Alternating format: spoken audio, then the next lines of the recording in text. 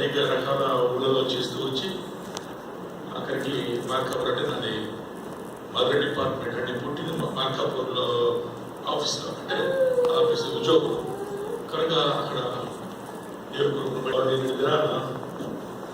ఒక చిన్న ఉద్యోగి అయినప్పటికీ ఆ డివిజన్లో ఉన్నటువంటి మొత్తం జేఈస్ కానీ డిఈస్ కానీ నన్ను చాలా ఘనంగా ఒక ఆఫీసర్ లాగా నన్ను ఆ యొక్క పదవి విధానం చేయించారు. ఎంతో నేను అలా ఊహించలేదు. అలా ఊహించడానికి కారణం ఏంటంటే దేవుడి కృప. ఆడ పోయిన తర్వాత చూశాను, దాదాపు 100 మందికి భోజనాలు పెట్టారు. ఇవన్నీ నేను చిన్న ఉద్యోగిని అయినప్పటికీ నన్ను ఇంత ఘనంగా చేశారు అంటే అది కేవలం నా యొక్క గొప్పతనం కాదు, కానీ నేను కలిగి ఉన్నటువంటి దేవుని గొప్పతనం అది.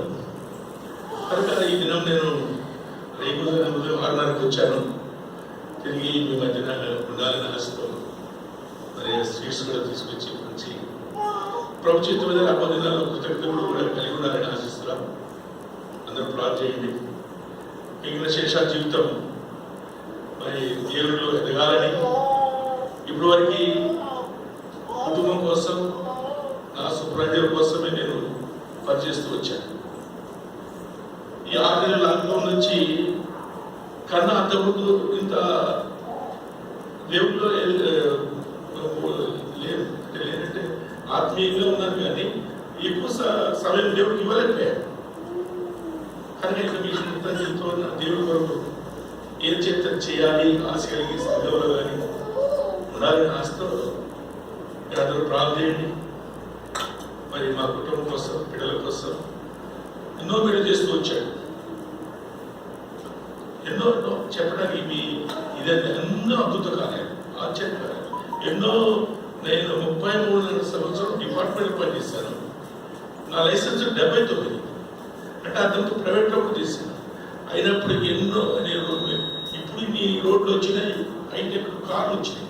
అప్పుడు మామూలు జీవులు అలాంటి సింగల్ రోడ్లు ఉండేవి.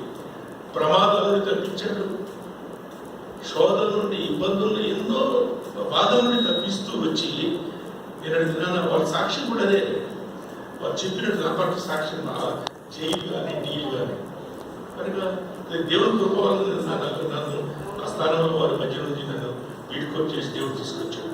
అందులో మా కుటుంబం కోసం ప్రార్థన చేయండి. ఆ దినాల్లో నా కోసం, ఆరోగ్య పిల్లల కోసం మీరు ప్రార్థిస్తారని ప్రార్థన. మీ అందరూ బదనాలు చెల్లించుకుని ముగిస్తాను.